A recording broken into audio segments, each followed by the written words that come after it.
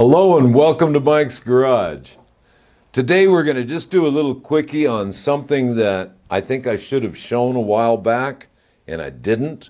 So I guess you could call this cleanup work. We showed how to rebuild your clutch on an old bike. And I thought I was pretty thorough, but there's something I left out that I'd like to show. When you're looking at your clutch hub, now this is a very old, crusty clutch hub. This thing is older than God. Notice the ball bearings instead of rollers. This is an old clutch hub. I think this is off of a 1940. At any rate, first off, when you remove a clutch hub, you want to look it over good. Make sure that it's serviceable. This thing is pretty crusty, but it's salvageable. If I needed to use it, I would. But you look it over and you say, oh man, this thing is rough. You can see the grooves in the fingers or studs, whatever you wish to call them. And these are where the clutch plates ride and wear them and all that good stuff. This one's been around the block a few times.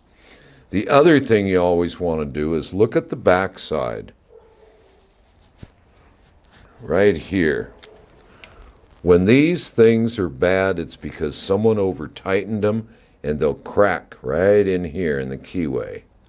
And if that one is cracked, which it's not, we would discard it. So be aware of that. Always inspect your clutch hub very well. Get it very clean.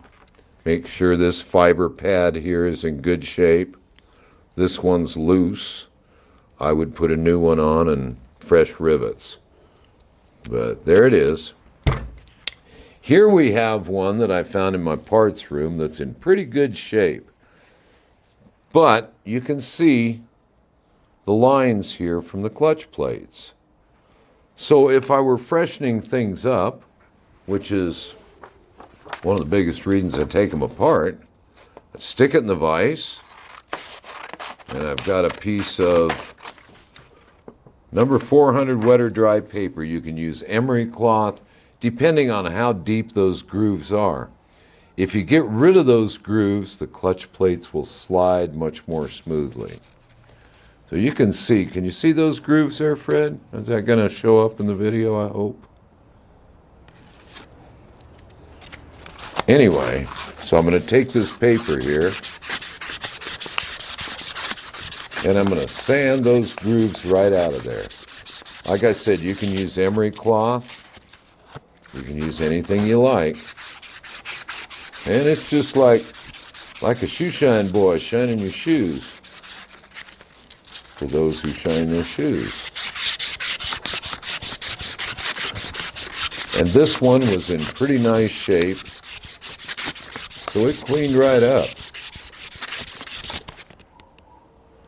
When I get those nice and smooth, I just rotate to the next one and do it until I've got them all done. There's 10 of them, so if the grooves are deep, it's going to take a lot of doing.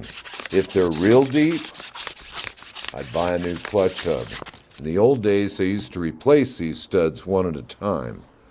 And my feeling is if one stud is ready to go, chances are the rest will follow very soon. The other thing I'd like to mention is if you buy a new set of clutch plates, now there's lots of brands, some of them are a lot cheaper than others, they all work. But when you go to put them onto these fingers, when you go to slide them on, sometimes they just aren't that smooth. And if they aren't very smooth, it's because the machine that stamped these plates didn't make a perfectly round hole.